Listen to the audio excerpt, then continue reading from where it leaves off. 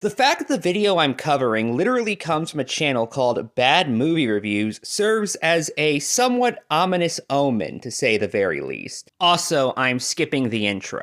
This movie tells a story about Evelyn, an aging Chinese immigrant who is swept up in an insane adventure where she alone can save the world by exploring other universes connecting with the life she could have led.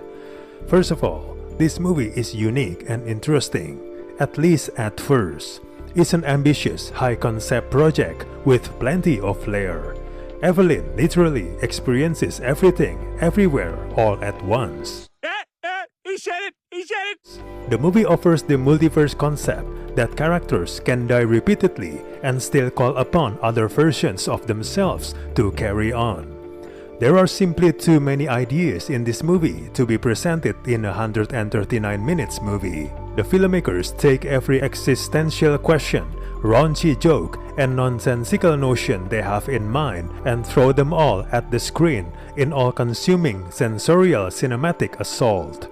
The movie encompasses so much and guides the viewer to absorb it all. Okay, why do you believe this? What about the movie leads you to this conclusion? Are you going to, for example, give some specific scenes from the film that you feel back up this point? Or are you instead just going to continuously assert it without any real explanation or elaboration?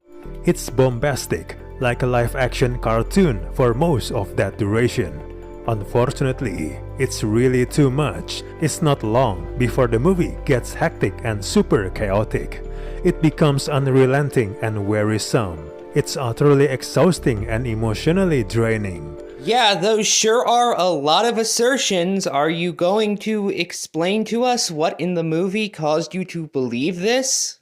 The biggest problem with this movie is the script. You can tell that the movie is truly lacking the finesse in storytelling. Chaotic maximalist overload seems inherent to any film about a multiverse with a violent threat, but the non-stop jumble of mad invention here sacrifices control.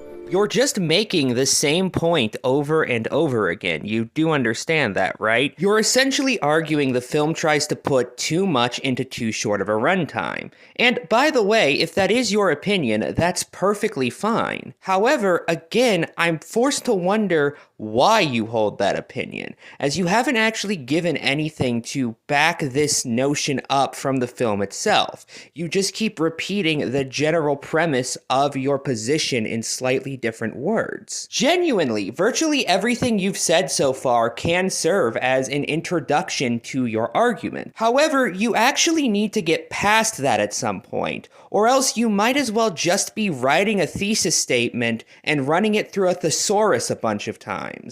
The story becomes dull as the underlying threat of a fraught mother learning to listen to her family's needs ultimately becomes hollow and forced.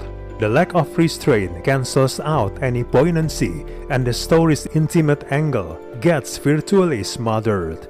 But these scenes are a part of the film's intimate angle, as they are typically metaphorical representations of what is going on in the character's life.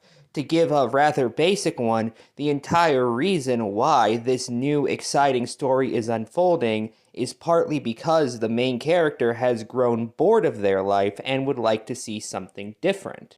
Because the story is such an extreme concept, the script is made up almost entirely of rapid-fire exposition, explanation, and monologues. Exposition and explanation are the same thing. Why did you feel the need to list them separately as if they weren't just synonyms? Also, are you ever going to get around to giving examples to back up your case? For fuck's sake, the movie is 139 minutes. I'm sure you can think of one scene which would prove your point. Anyway, that's all I want to cover, so my final thoughts are this. The review in question didn't really explain any of its points.